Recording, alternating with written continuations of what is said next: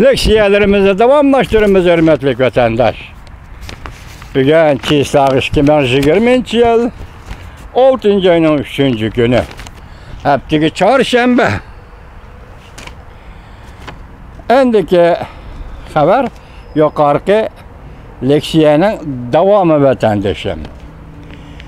Hindistan Tashqi ishlar Ministerligi, Davlat Mudofaa Ministerligi 5. ayının 29. günü, 5. ayının 31. günü ayrım halda Amerika'dan yaraştırıp koyuş teklifini red kıldı. Bir qator ötküzülgen yuqori darajalik faoliyatida kishilar har qanday xabarga erisholmaydi. Hindiston yuqori qatlamining ifoda bildirishimi asosiyatdan shu yergacha bo'ladi.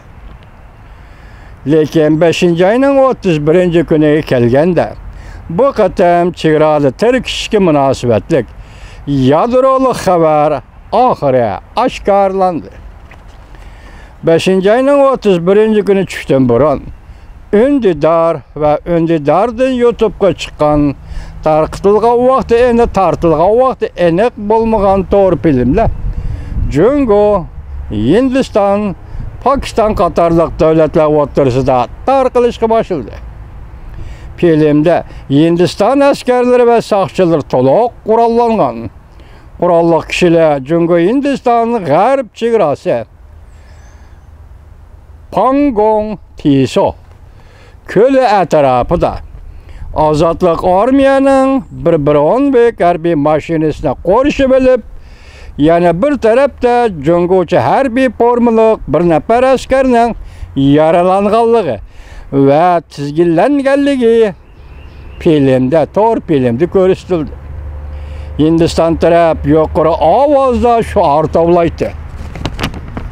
G'alaba Hindiston ana sana mansub g'alaba deb shuar tovlaydi. Buni hindistoncha nima deydi ekan?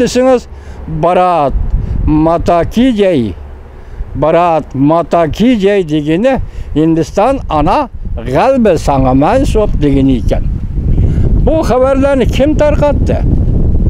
Uningdan qolsa yangi deshlining ichki qismida mutlaq ko'p sonda qattiq qo'llab ular Hindistonning harbiy, siyosat, iqtisod, axborot medialariga tarqalgan. Harbiy orqa ko'rinishga ham bayonot berish rolini o'ynaydigan arboblardir. Bu qattiq qo'llayishida vakillik xarakterga ega kishi Hindiston Davlat bexatarlik komitetining sobiq maslahatchisi Bharat Karnadi. Ma'lumotdan aytganda isbotlangan bu xabarlar 5. ayning 31 kuni Ozodlik armiyani asirga oldik deb tarqatilgan to'g'ri filmning halqiliq sabablaridir. Vaziyat keskinlashdi. Ozodlik armiya yangi tiplik charlash katerini oshkorladi. 6. ayning 2 kuni Dovitor bitdi. Jungo Hindiston chegarasida tirkishdan paydo bo'lgan to'qnashuv jiddiylashdi. Xabarlarga qaraganda Hindiston Pangong Titos ko'lida Amerikada yasalgan karter o'rinlashtirgan bir vaqtda Jungo Ozodlik armiyasi G'arbiy dengiz skadroni yangi tipli chegara charlash karterini ham Pangong Tiso ko'liga o'rlashtirdi. Pangong Tiso ko'li 4200 metr dengiz yuzidan 4200 metr egizlikdagi bir ko'ldir. Hindiston taraf bu ko'lning tatliq suvliq, bu ko'lning 45 kilometrlik territoriyasiga ega. Jungo taraf bo'lsa bu ko'lning tatliq suvliq, bu ko'lning 90 kilometrlik bir qismiga ega. Hindiston Amerikadan 17 dona ilg'or qurollar bilan qurollangan karter elib kirdi. O'q o'tmaydigan, aynak o'rinlashtirilgan, zishlik darajasi yuqori o'qdan saqlanish materiali va 12-7 sm kalibrlik pulemyot o'rinlashtirilgan. Bu karterda 15 odam o'tiralaydi. Karterga belgilash sistemasi radar hisoblangan. Kechada chiroq bilan chorlash elib boralaydi. Xabardor kishilar munda ko'rsatdi. Sun'iy amrodan tortilgan suratlar Jungo tizginlab turgan amaliy liniyada davlat mudofaasining qurilish asoslarini ko'rsatdi. Minomyot, urush mashinalarini o'z ichiga olgan harbiy baza qurilish faoliyatlarini ko'rsatdi. Hindiston taraf bunda baholadi. Jungo harbiylarining to'planish maqsadi intayin aniq. Ular Hindistonga besim ishlatishdir. Hindistonning bir nafar yuqori darajalik harbiy amaldori mundaq ko'rsatdi. Jungoning taktikasi bizga intayin aniq. Hindiston armiyasining maydoni ham intayin qat'iy. Mushur ayning asli qiyofatini asliga keltirishdan boshqa Hindiston armiyasida bir ayindan chekinish degan gap bo'lmaydi. Hindiston Jungo chegara tirkishib turg'ili bir oydan oshdi. Ikki taraf o'xshashli bir oyinga askar ko'paytdi. Pangong Tiso ko'lidan 180 kilometr yiroqlikda Jungoning havo armiya bazasi qurildi. Bazadagi faoliyatlar ham sun'iy hamroh suratlarda ko'rsatib turildi.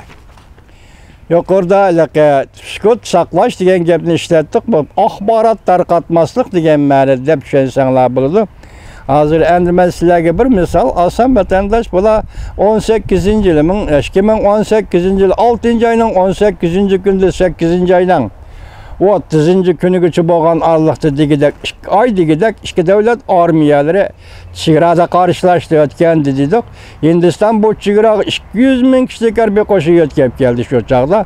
Jungo taraf 100 ming kishilik askariy qo'shin yetkazib keldi shu chaqda. Shu chaqda talash tortish bo'layotgan Ladakh rayoni Pangong Tiso ko'li. Tiso ko'li atrofida Tiso ko'liga Carter harbiy qurol bo'lib hisoblangan dengiz armiyalari haydaydigan, ishlatadigan Carter o'rinlashtirilgan xabar 2018-yil berilmagan edi. Bugun biz sizlarga anglatdik.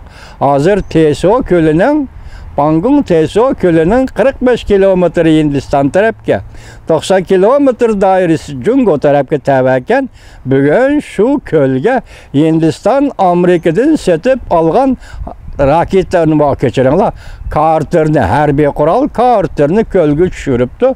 Jungo'mi shuningga o'xshashda ilg'or bir Carter'ni ilg'or deganda hozirgi zamonga harbiy ishlarga moslashgan bir Carter'ni Tiso ko'liga, Pangong Tiso ko'liga tushiribdi.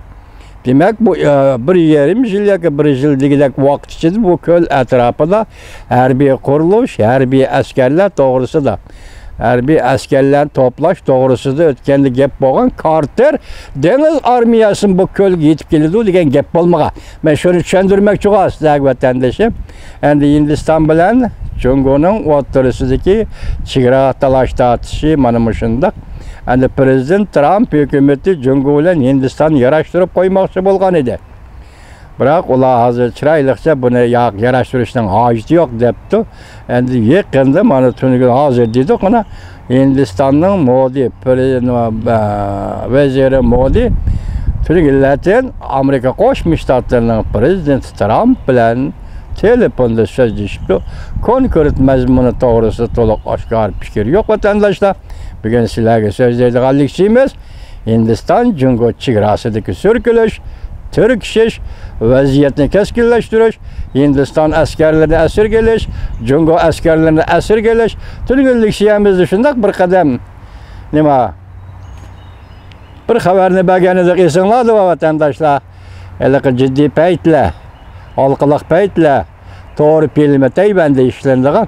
Shuning dedi bir ozodlik armiya askari meni qutuldiringlar deb tovladi dedi. Bugun mana hozir ikki taraf bir-birining askarlarini asir oldi degan gap chiqdi vatandoshlar.